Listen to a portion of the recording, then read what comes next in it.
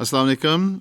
Hello and welcome to the Voice of Islam Living History program. My name is Dr. Mohammed Iqbal and I'll be your host for the program. In today's program, which is part 4 of a 4-part series on China, the awakening of a great civilization, I'm once again joined by my panelists Arif, Ahmad and Yusuf Aftab to talk about this very interesting subject. Assalamu alaikum to both of you. Wa alaikum salam. Let me set the scene for our listeners. Some may be listening to this program first time and some following the series. Everyone agrees that China's rise and transformation over the last few decades has been absolutely amazing. Napoleon had once said, "Let her sleep, for when she wakes, she will shake the world." It seems China has reawakened and it is making its presence being felt around the world. Since 1945, the United States of America has been the world's dominant power, with the strongest economy and the strongest military in the world. The baton of preeminence before being passed to the US had been held by Europe, especially the major European nations like Britain, France, and Germany, and prior to them, to a much lesser extent, by Spain, Portugal, and the Netherlands. For over 2 centuries, the West, first in the form of Europe and subsequently the United States, has dominated the world. However, when we look at the overall recorded history of the world, Asia has been the most important region of the world. For nearly 2,000 years until the mid-1800s, China and India were the biggest economies of the world. In many ways, the last 200 years of European dominance have been an aberration. In part 1 of this 4-part series, we covered the period from the Xia dynasty, the earliest dynasty, to the Sui dynasty, which was replaced by the Tang dynasty in 618 of the Christian calendar CE. In part 2, we covered the period from the Tang dynasty all the way to the Yuan dynasty, established by the Mongol Empire in 1279 CE. In part 3, we covered the Great Ming dynasty, which replaced the Mongol Yuan dynasty, and finished off with the Qing dynasty, which eventually capitulated to the European powers, bringing imperial rule to an end. In today's program, or part 4, we will cover the rise of modern China after the end of the Qing dynasty in 1912 and how it became an economic powerhouse. To understand today's China, it is important to understand the story of ancient Chinese dynasties and the eventual decline of China in the face of European and US industrialization. It is vital to understand because it made the world that we inherited, a world that is now being rapidly reordered. China, a proud nation and a civilization with an astounding 37% of the world's population, 1820, and a 33% share of global GDP, found itself humbled by countries less than a tenth its size. While China avoided direct colonization during the 19th century, it could not avoid social and political influence, military defeat, or European imperial encroachments on its sovereignty.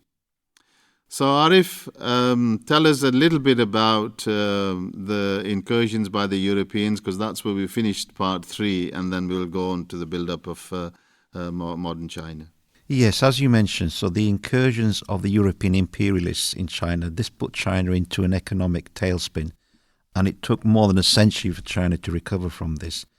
With the Qing dynasty humiliated and weakened through the Opium Wars, the Taiping Rebellion, and later the Boxer Rebellion, these saw tens of millions of Chinese lose their lives, and the rebellions themselves were put down using massive force by the European powers. The Boxer Treaty, which was imposed by the European powers in 1901, allowed the foreign powers to station troops in Beijing and called on China to pay reparations to the Europeans. And the authority of the Qing dynasty finally collapsed in 1912. This was probably the high point of European ascendancy in power. After the collapse of the Qing dynasty in 1912, China was in troubled waters, but by this time they were not alone.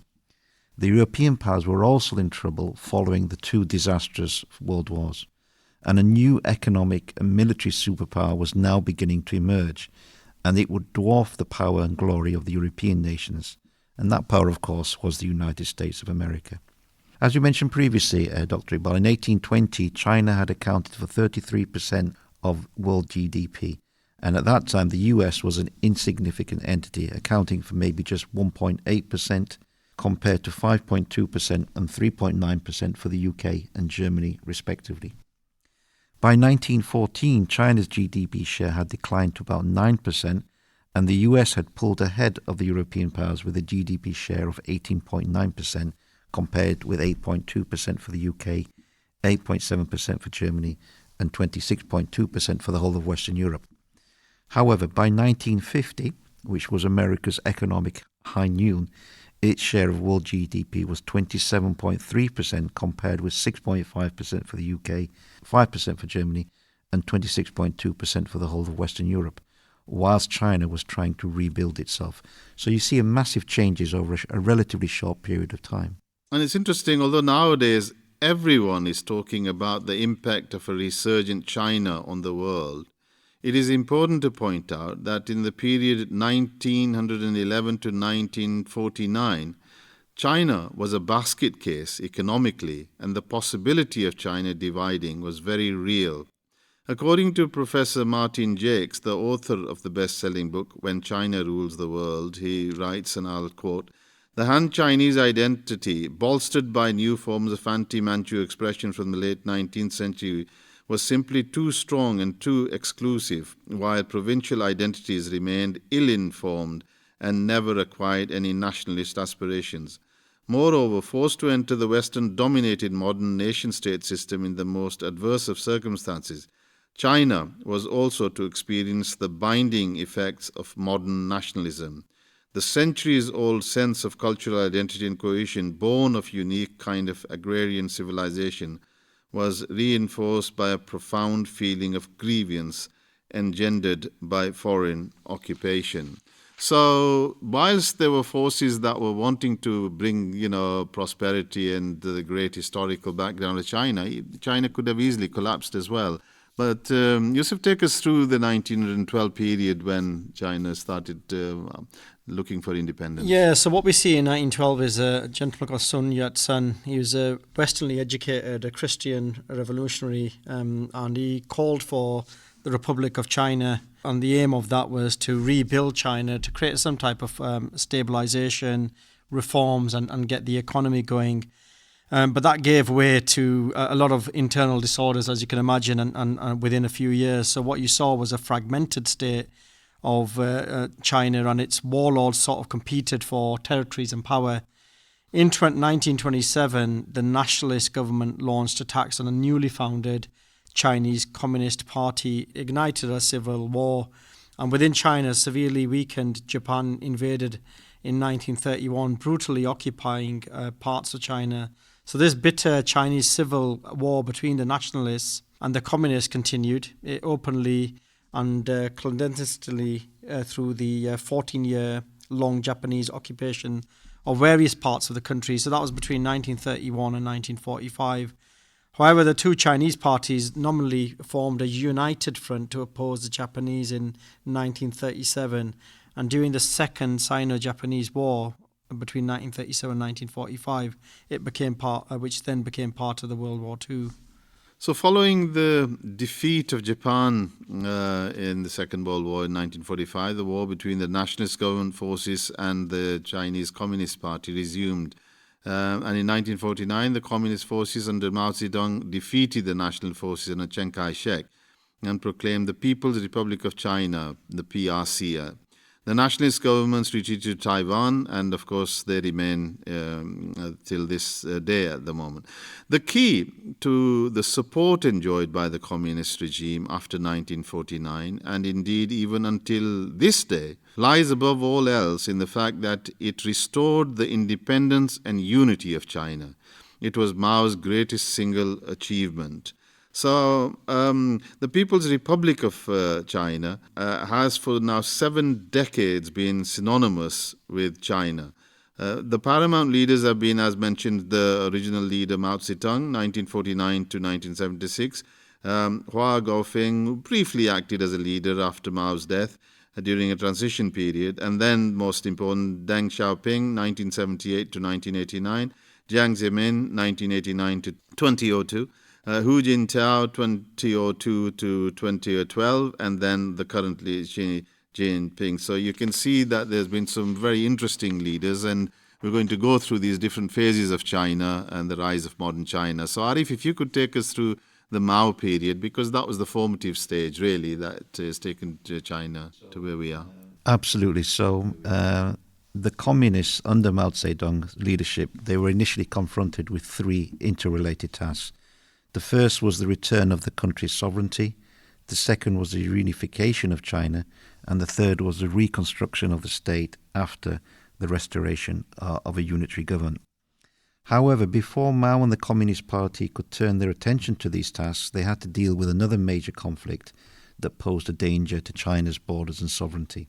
In neighbouring Korea, the country was in turmoil and gripped by a war that was inevitable as Korea had been divided into Communist North Korea and Democratic South Korea at the end of the Second World War. The war itself began on the 25th of June 1950 when North Korea invaded South Korea, following clashes along the border and insurrections in the south.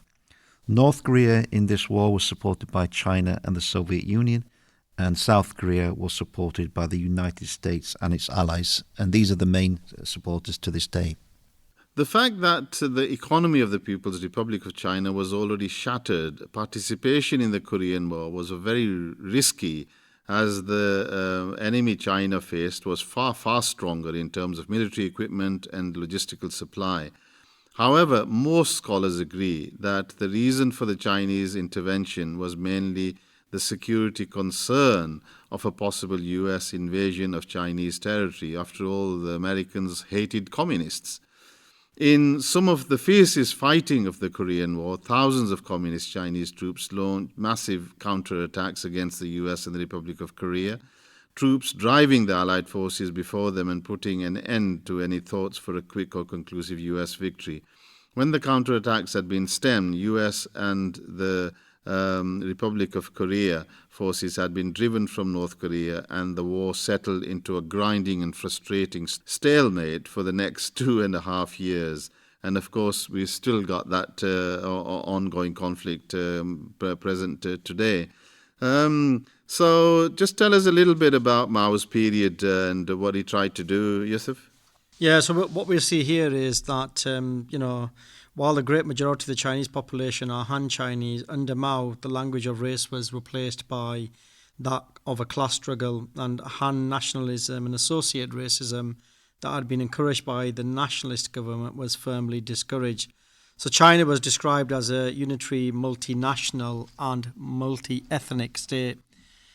China started registering in terms of different ethnic diversities and 56 ethnic groups, identities, including the Han. They were extremely diverse in nature. Some had very powerful sense of ethnic identity combined with the separatist aspirations like the Tibetans and the Uyghurs. And some had a strong and continuous sense of ethnic identity but no separatist ambitions like the Yi and so on. So these ethnic minorities within the strongest identity were granted a measure of autonomy with the establishment of 5 autonomous regions. So the Inner Mongolian, Xinjiang Uyghur, the Gengshai Zhuhang, Ningxia Hu and the Tibet, and they enjoyed limited powers of their own. And 2 of these regions over the last century have sustained strong separatist movements, namely the Tibetans and the Uyghur in the Xinjiang province. And of course, that's in the forefront at the moment in the current climate.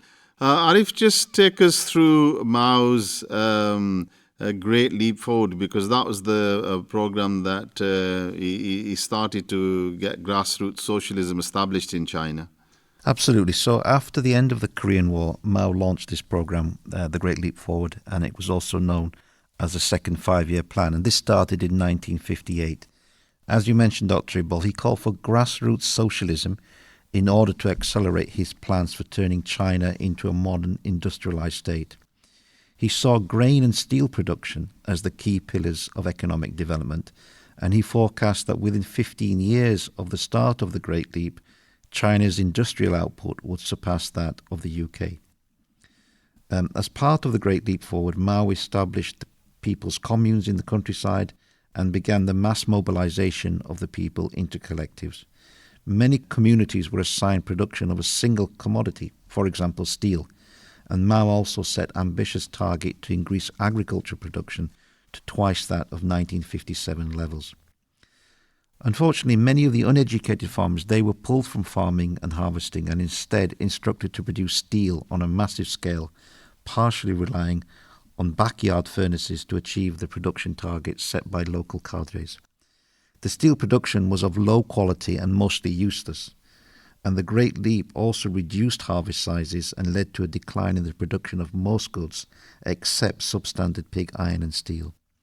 Furthermore, local authorities frequently exaggerated production numbers, hiding and intensifying the problem for several years.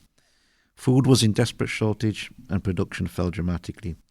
The resulting famine caused the deaths of millions of people, particularly in the more impoverished inland regions.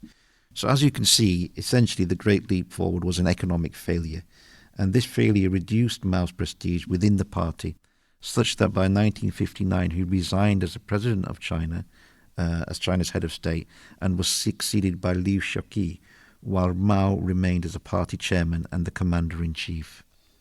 Of course, by the early 1960s, many of the Great Leap's economic policies were reversed by initiatives spearheaded by moderates like Liu Shaoqi, Deng Xiaoping, and Premier Zhou Enlai, who took effective control of the economy. This moderate group of pragmatists were unenthusiastic, to say the least, about Mao's utopian visions. By 1962, while Zhao, Liu, and Deng managed affairs of state and the economy, Mao had effectively withdrawn from economic decision-making and focused much of his time on further contemplating his contributions to Marxist-Leninist social theory, including the idea of continuous revolution, and to impose socialist orthodoxy and rid China of old elements, and at the same time serving certain political goals. Mao began the Cultural Revolution in May 1966, attempting to return to the center of political power in China. So Yusuf, just take us through the Cultural Revolution. Yeah, so during this Cultural Revolution, tens of millions of people were persecuted. Senior officials, most notably Chinese President Li Shaoqi, along with Deng Xiaoping, were purged or exiled. Millions of people suffered public humiliation, imprisonment, torture, hard labour, seizure of property, and sometimes execution or harassment into suicide. Schools and universities were closed, with the college entrance exams cancelled. Over 10 million urban intellectual youths were sent to the countryside in the Down to Countryside movement. Between August and November of 1966, there was 8 mass rallies held in which over 12 million people from all over the country, most of whom were Red Guards, participated. So the Red Guards rally, Lin Biu, a prominent supporter of Mao and the marshal of the PLA, also called for the destruction of the Four Olds. The Four Olds are namely old customs, culture, habits and ideas. And a revolutionary fever swept the country by storm, with the Red Guards acting as its prominent warriors. Some changes associated with the Four Olds campaign were mainly benign, such as assigning new names to city streets, places, and even people. Millions of babies were born with revolutionary-sounding names during this period. And other aspects of Red Guard activities were more destructive, particularly in the realms of culture and religion. Various historical sites throughout the country were destroyed. The damage was particularly pronounced in the capital, Beijing. And, Red Guards laid siege to the Temple of Confucius in Shandong province and numerous other historical significant tombs and artifacts. Campaigns were run against Buddhism, Confucianism, all sorts of religions, really. It is estimated that 25 million people died as a result of the famine and malnutrition consequent upon the Great Leap Forward between 1958 to 1960. The Cultural Revolution between 1966 and 1970 led to the deaths of around 400,000 people as a result of maltreatment, although its effects lasted into the mid-70s and was to deprive the whole generation of their education. So pretty dramatic, really. Arif, Chinese and Soviet leadership initially had close ties. Take us through that relationship as well. Yes, of course. So while obviously China and the Soviet Union professed to be staunch communists, there was intense rivalry between the two. And in the 1960s, relations between China and the Soviet Union became deeply strained, largely due to their different interpretations of Marxism-Leninism. This split started with Khrushchev taking power in the USSR, and over time this led to China and the USSR shifting away from each other, and this forced communist parties around the world to take sides. Many of them split, so that the pro-Soviet communists were battling the pro-Chinese communists for local control of the left-wing forces in much of the world. So increasingly, Beijing began to consider the Soviet Union as the greatest threat it faced, more so than even the leading capitalist power, the United States. In turn, overtures were made between the People's Republic of China and the United States, such as in the ping-pong diplomacy, panda diplomacy, and the 1972 Nixon visit to China. After years of diplomatic isolation, US President Richard Nixon's visit in 1972 to the People's Republic of China was an important strategic and diplomatic breakthrough. This meeting was arranged and facilitated by Pakistan through its strong diplomatic channels with China, and the 7-day official visit to 3 Chinese cities was the first time a US president had visited the People's Republic of China. Nixon's arrival in Beijing ended 25 years of no communication or diplomatic ties between the two countries, and was the key step in normalizing relations between the US and China. Nixon dubbed his visit the week that changed the world. Repercussions of the Nixon visit continue to this day, in fact. The trip resulted in China opening up to the world and economic parity with capitalist countries slowly and steadily. It also shifted the Cold War balance, driving a wedge between the Soviet Union and China, resulting in significant Soviet concessions to the US. At the time of the Nixon visit in 1970, China's economy was struggling despite the efforts of Zhou Enlai, one of the few moderates left standing. With a fragile economy and Zhao falling ill to cancer, Deng Xiaoping was asked to return to the political scene, taking up the post of vice premier in March 1973 in the first of a series of promotions approved by Mao. After Zhao withdrew from active politics in January 1970, Deng was effectively put in charge of the government, partly and military, earning an additional titles of the PLA General Chief of Staff, Vice Chairman of the Communist Party, and the Vice Chairman of the Central Military Commission. So you could see he was on the rise.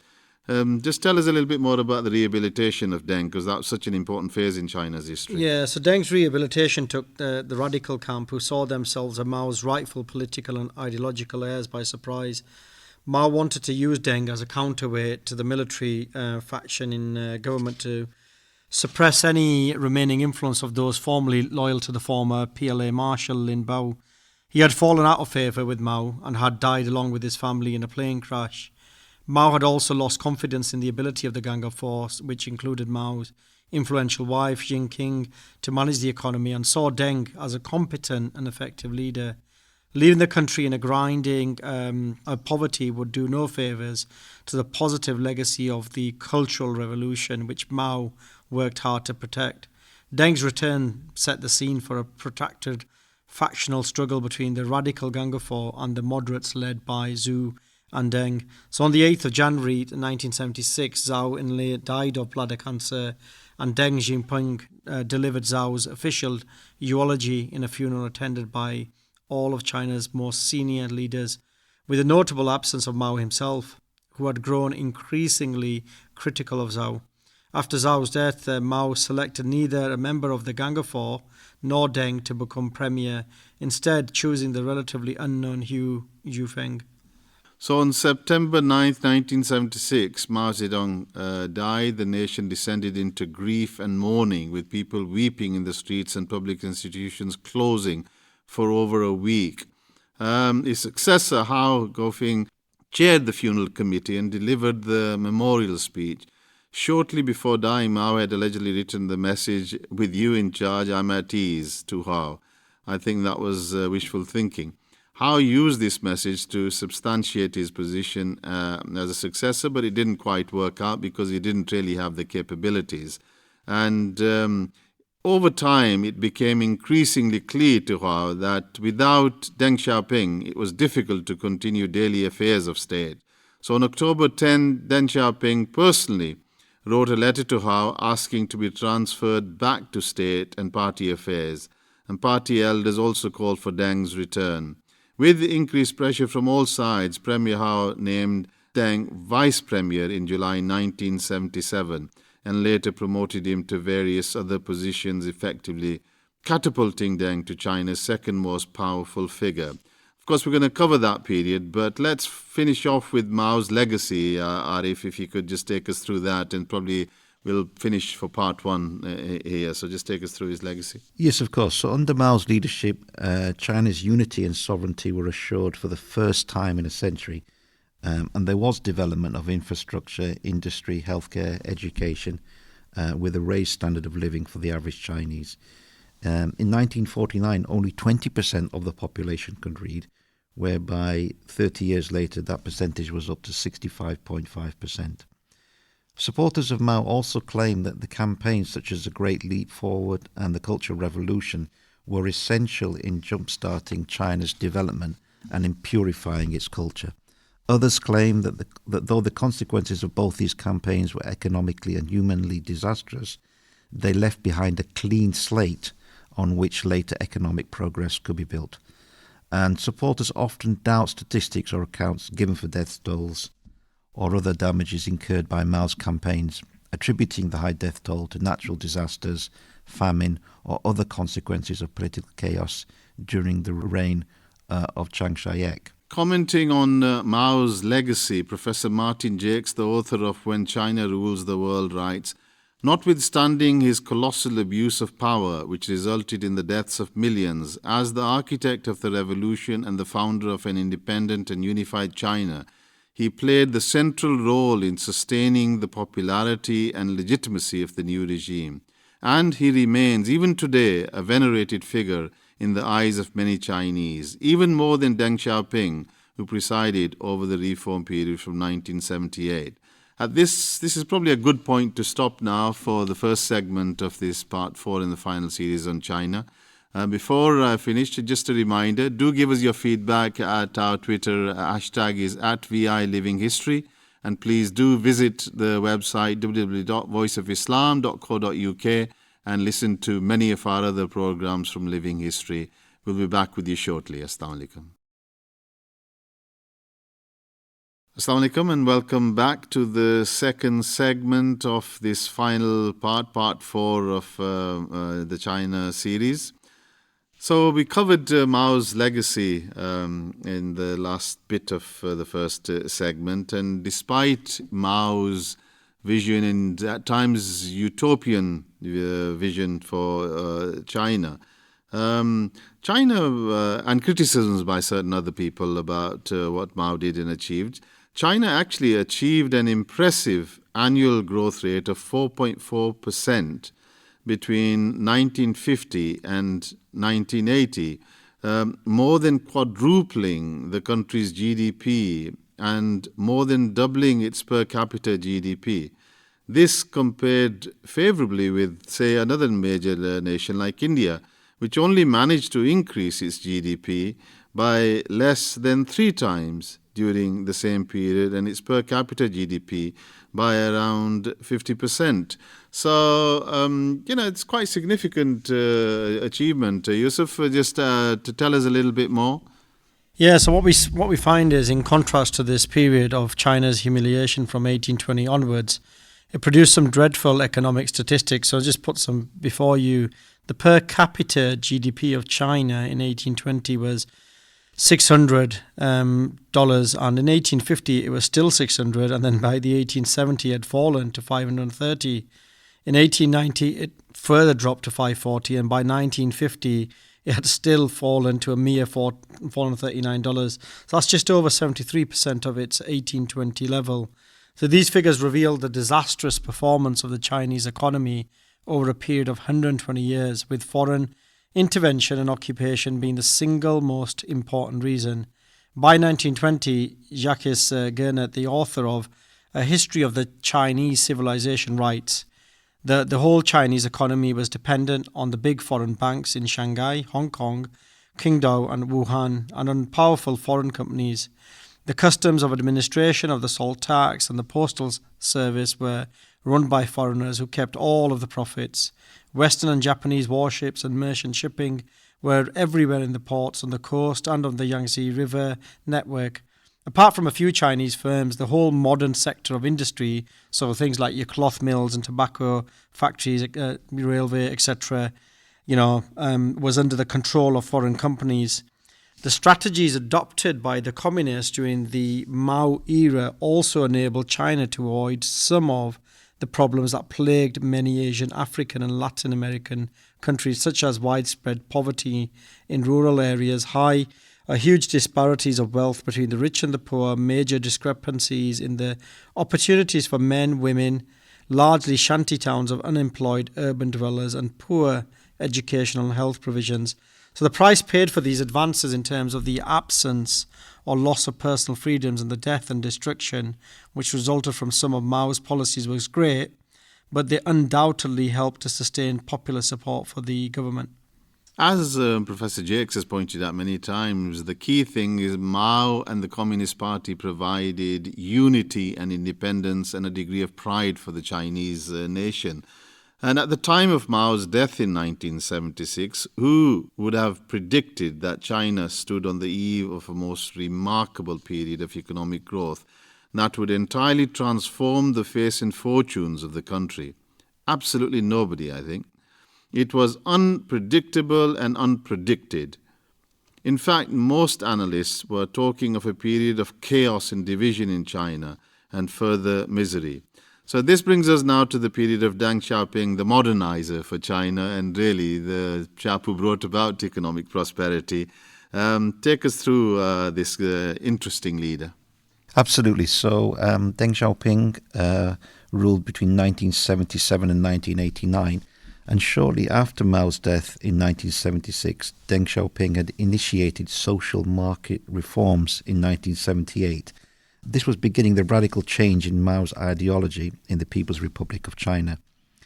So although Mao Zedong thought nominally remained the state ideology, Deng's admonition to seek truth from the facts meant that state policies were judged on their practical consequences, and in many areas the role of ideology in determining policy was considerably reduced. Deng also separated Mao from Maoism, making it clear that Mao was fallible, and hence the truth of Maoism comes from observing social consequences rather than by using Mao's quotations as holy writ, as was done during his lifetime. Many of the previous leaders who had been purged under Mao were also rehabilitated. And Deng remained the chairman of the powerful Central Military Commission, but formal power was transferred to a new generation of pragmatic reformers who reversed cultural revolution policies. By 1981, the Communist Party of China passed a resolution and declared that the Cultural Revolution was responsible for the most severe setback and the heaviest losses suffered by the party, the country, and the people since the founding of the People's Republic. So there was an admission from them that mistakes had been made, but it was time to move on. Absolutely. And Deng Xiaoping proved to be one of China's most pragmatic leaders who built on the stability secured by Mao. Deng had realized that from the late 1950s onwards, there was a profound change in East Asia, and sadly, China did not seem to be a part of that change. Japan, for example, was recovering from the ravages of the Second World War at great speed, but this was perhaps not surprising given that the Meiji Reformation of 1889 had led Japan towards early modernization. However, what caught the eye of Deng and others was the rapid economic growth of the first group of Asian tigers, namely South Korea, Taiwan, Singapore, and Hong Kong, which began to grow at breathtaking speed, often showing double-digit growth. Although the Chinese economy under communist rule up to the 1970s had performed much better than during the colonial period, However, China's modest growth rate constituted something of an exception in East Asia. Whilst China and even Western economies were struggling, countries in East Asia were on the economic move. Japan was booming. South Korea, Taiwan, Singapore, and Hong Kong had seen massive growth. Even Malaysia and Thailand and others were in early stages of economic reform and growth. The Chinese diaspora centered on Hong Kong and Taiwan, but also in Singapore and Malaysia, were key players in this economic transformation. So clearly Deng thought, well, if they can do it there, perhaps, they could show us a thing or two here. And so the transformation started. Of course, China was a much bigger country. Yusuf, the challenges? Yeah, so it was bigger, and it had enormous challenges based on its diversity and size that had been created in comparison to the Asian tigers that represented only two city-states and were relatively smaller nations. So the question that was posed was, could China reproduce some of their successes? And what we find is that to transform China, Deng initiated multiple process of reform in 1978, and that began with the creation of a handful of special economic zones along with the southeastern seaboard, including Guangdong province. The rural communities were dismantled and the peasants were given control of land on long-term leases. That in itself encouraged markets to their own produce, what we probably call microfinancing of these days. They're based on a step-by-step, piecemeal and experimental approach.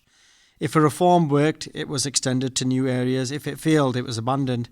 And such down-to-earth pragmatism stood in sharp contrast to the grand ideological period of the Cultural Revolution under Mao. So Deng's philosophy was simple. He said, seek truth from the facts, and it was practical. Truth is to be found in the practice. And it produced measurable results. Cross the river by feeling for stones, or no matter if it is a white cat or a black cat, as long as it can catch mice, it is a good cat. These are some great quotes from Deng, really, and it shows how practical he was, and yet a visionary as well. So yeah, and then he continued with this in terms of the new economic approach that he had involved different kinds of mindset, a way of thinking in the party and the government, so necessitating a massive change of personnel. So starting from the top and working rapidly downwards, Deng had declared in 1978, to make revolution and build socialism, we need large numbers of pathbreakers who dare to think, explore new ways and generate new ideas, something that we call, change revolution in this day and age. And almost from out the outset, economic growth rates were transformed from the respectable 4 to 5% of the Mao period to an annual growth rate of 9.5% between 78 and 1992. Shenzhen in the Pearl River Delta had become the first Chinese special economic zone in May 1980, luring foreign capital with tax exemptions and light regulation, rapidly achieved a 30% annual growth rate and mushroomed from a village with a population of 30,000 to a bustling city of 10 million people. Although China enjoyed nothing like the intimacy of South Korea and Taiwan's relationship with the United States and the Western world, it recognized the importance of winning American support and cooperation in its pursuit of economic growth. And so, with some lobbying, etc., China was admitted and given observer status to GATT in 1982, and it was allowed to join the IMF and the World Bank in 1986. The US in the 1980s became the most important destination for Chinese exports. Growing numbers of Chinese students went to study there, including many sons and daughters of party elite, while the US model of capitalism came to exercise a growing influence in China. But of course, there was a dark side, and with all this openness, there was student unrest, etc. in China, and of course the Tiananmen Square situation arose in 1989, and this created many problems for Deng and the leadership of China. Following this episode, Deng retired, but China continued to move on economically. Through the 1990s, China began to clock rapid growth rates, and joining the World Trade Organization in 2001 gave it another jolt. Trade barriers and tariffs with other countries were lowered, and soon Chinese goods were everywhere, and I think we're all witness to that. So, Arif, we get the next phase of Chinese leadership, and that's Jiang Zemin's period, 1989 to 2002. That's correct. So after the events of Tiananmen 1989, Deng Xiaoping stepped away from public view and he fully retired. Power passed now to the third generation of leadership led by Jiang Zemin. However, owing to the Tiananmen massacre, the reforms and opening up program went into some stagnation in the early 1990s. And Jiang, supported by left-wing conservatives, was not doing enough to continue the reforms. By the start of the 1990s, China had made significant progress with the rollout of the reform program, but it was being done in a very measured way and with an isolationist approach. Deng's famous tour to southern China and Shenzhen in 1992 ensured that the economic reform process was spread more widely throughout China and more crucially to Shanghai and the Yangtze Delta. In effect, he opened up the economy so that there was a further wave of foreign investment. And what this meant that there was economic growth and thereby able to build a strong nation and a strong state. Deng made it clear that Chinese modernization will be dependent on two prerequisites. One is international peace and the other one is domestic political stability. Yeah, despite the market reforms introduced by China, most of the talk in the 1990s was still about the increasing impact of the Asian tiger economies, which included, as I said earlier, Hong Kong. But as the British prepared to hand back Hong Kong in 1997 to China, the view was widely shared in the West that Hong Kong would not be able to thrive under China. Most Western commentators also expressed the view that China could only become a successful economy if it became more like Hong Kong. However, the Chinese had made a calculated and long-term decision to adopt one country, two systems approach, thus allowing Hong Kong the freedoms enjoyed under the British with Chinese sovereignty. In a similar way, the Chinese had come to an understanding with Taiwan that as long as the island did not declare independence, they could carry on with things as they are, thus paving the way for a closer relationship. So China's rapid rise and transformation that was to eclipse the Asian tigers and which captured the world's attention came from an extremely bold move by the Chinese leadership in the 1900s. The Chinese leadership recognized that they needed to speed up the reform processes to attract inward investment in a very competitive region and a global economy. Thus, China indeed opened up in such a big way, surprising everyone. Whereas most nations tend to have protective policies for their own industries and big companies, etc., China decided to do away with everything. It was the case of sink or swim for everybody.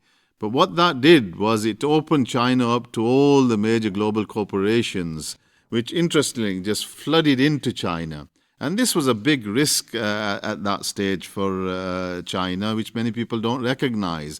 It's not that quite often people talk about that China took away companies and things from Western nations. They took a risk and the global companies together. So Yusuf, just tell us what actually happened in terms of inflow of money. Yeah, so what we see is a large amount of foreign investment, to be honest with you. So 500 billion in foreign direct investment came in since 1978 reforms. That was 10 times the total accumulated by Japan between 1945 and 2000. And China continued this. So in 2003, it became the world's largest recipient of foreign investment, and they overtook the United States. So much of that investment was ploughed into local subsidiaries of foreign multinationals with a purpose, following the example of Hong Kong. And it's exploiting the huge resources of cheap labour in order to make exports as globally as competitive as possible. Martin Jakes goes on to say, foreign firms are presently responsible for up to 60% of all Chinese exports and dominate high-tech exports with a share around 85%. China in the process has become the workshop of the world, by far the cheapest national base for low and medium-end manufacturing on the planet. And we see that as of today in terms of from a technological perspective, how advanced they are and cheap labour. One of the singular features of the Chinese economy is its huge exposure to foreign trade, which accounts for around 75% of GDP, far in excess of other major economies like the US, India, Japan and Brazil, where the figure is 30% or less, and this in turn leaves the country more vulnerable to external shocks such as the global downturn, a US recession, or growing protectionist sentiments in the West. It's interesting, in 1978, exports from China were $10 billion, less than 1% of the world trade. By 1985, they hit $25 billion, and a little under 2 decades later, exports valued $4.3 trillion, making China the world's largest trading nation in goods. An incredible level of progress. Another interesting thing was that much of Asia faced the financial crisis between 1997 and 98. And at that stage, China could have actually devastated the neighboring economies, but they chose not to. And this won them a lot of friendship across the ASEAN and many other South Asian countries. And Mohammed Mahathir, Malaysia's Prime Minister, is on record as saying of how grateful they were that China played a helpful role at that stage, whereas others really turned away from them. So that's the way that China made friends and relationships. And interestingly, between 1980 and 2002, while China's share of East Asian exports increased from 6% to 25%, Japan's fell from 50% to below 30%, showing the friendship that China had won in that region. And similarly, while China's share of East Asian imports over the same period increased from 8% to 21%, Japan's fell from 48% to 27%. For the Asian countries, the Chinese market is now 3 times the size of Japan's. So it's quite a move on China's part. Now we come to the period of Hu Jintao, Arif. So again, just take us through this period. Yes, so Hu Jintao was around from 2002 to 2012, and he succeeded as the General Secretary of the Chinese Communist Party in 2002. And by March 2003, he'd become the 6th president of the People's Republic of China. He was a very softly spoken. I remember when I used to watch the news, very gentle. But one of the things he did was he was a globetrotter, making relationships in Latin America, Africa, and everywhere, and quietly just grew the Chinese economy. But sorry, carry on, Arif. Yes, obviously, just before his period, China had joined the World Trade Organization, and a bold new strategy was launched during his leadership of going global. Just by way of comparison, in the South Asia region, India is another useful comparator to show China's rapid economic growth. In 1950, the per capita income of India was around 40% greater than that of China, and by 1978 they were roughly on par. However, by 1999, which was only 21 years later, China was not far short of twice that of India's, and by 2009 it was nearly 4 times as great. So it shows that this most explosive period of China's growth took place after it had joined the World Trade Organization in 2001. And according to data from the World Bank, China's GDP exploded from $1.2 trillion in 2000 to $11.1 trillion in 2015. And China's per capita income when it joined the World Trade Organization was $2,900, which was similar to that of Pakistan, Bhutan, Yemen. But by 2015, it had grown to $14,400. In the same period, China's economy also went from being the 6th largest to the 2nd largest in the world. So it shows such an explosive growth in a relatively short period of time.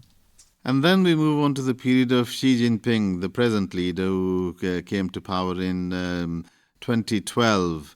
And like most other economists and analysts I used to read, they thought, well, China is going to collapse any minute. So here comes probably the most powerful leader that China has ever had. Xi Jinping became the General Secretary of the Chinese Communist Party and the Chairman of the Central Military Commission, the 2 most powerful positions in November 2012 and March 2013. He became the 7th President of China.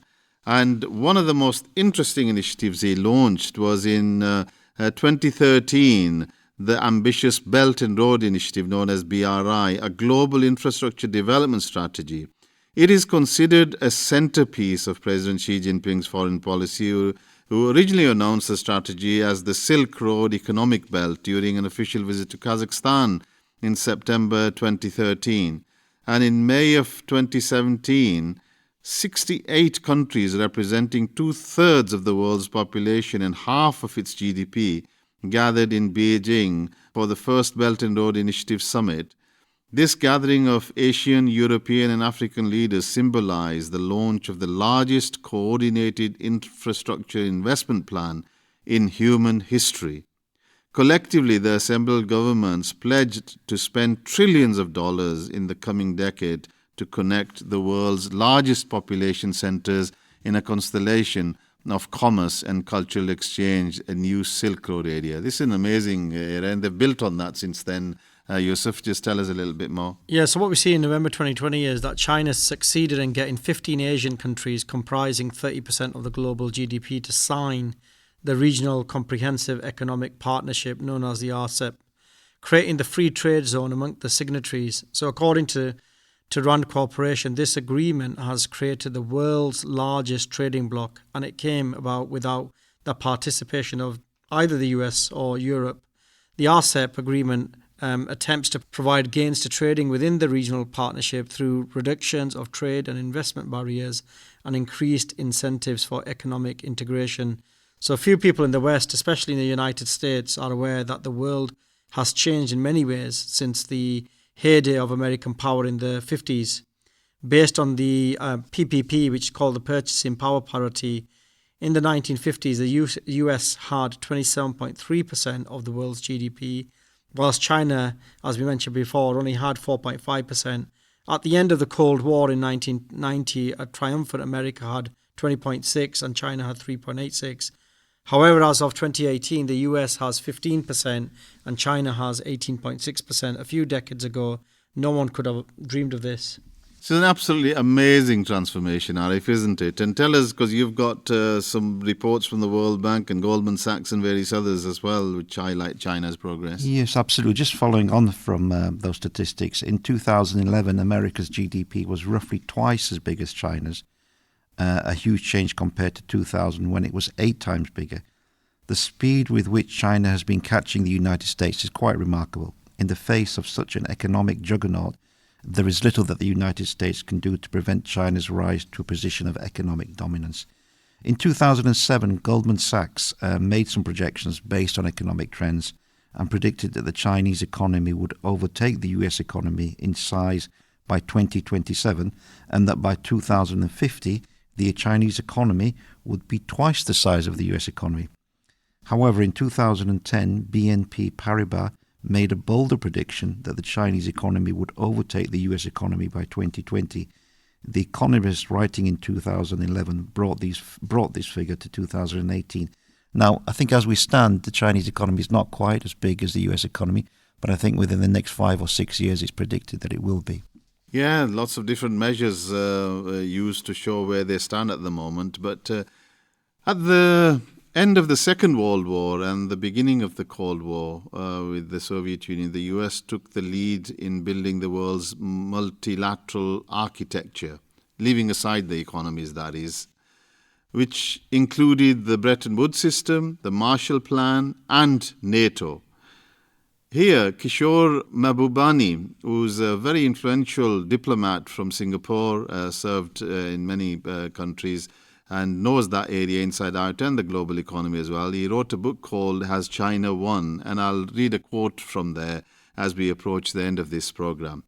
Now it is China, not America, that is taking the lead in building a new multilateral architecture, including the Asian Infrastructure Investment Bank, the AIIB, and the Belt and Road Initiative, the BRI. America opposed both these initiatives. This didn't stop many of its key friends and allies from joining them. The UK, Germany, India, and Vietnam joined as founding members of the AIIB, which is proving itself to be a better governed institution than the IMF and the World Bank. Its standard of corporate governance is higher and more transparent.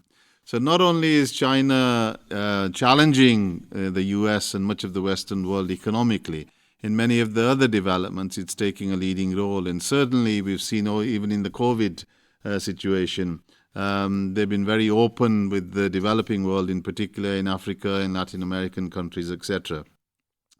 The reality is that it's a competitive world, and as Napoleon had said, China has definitely woken up.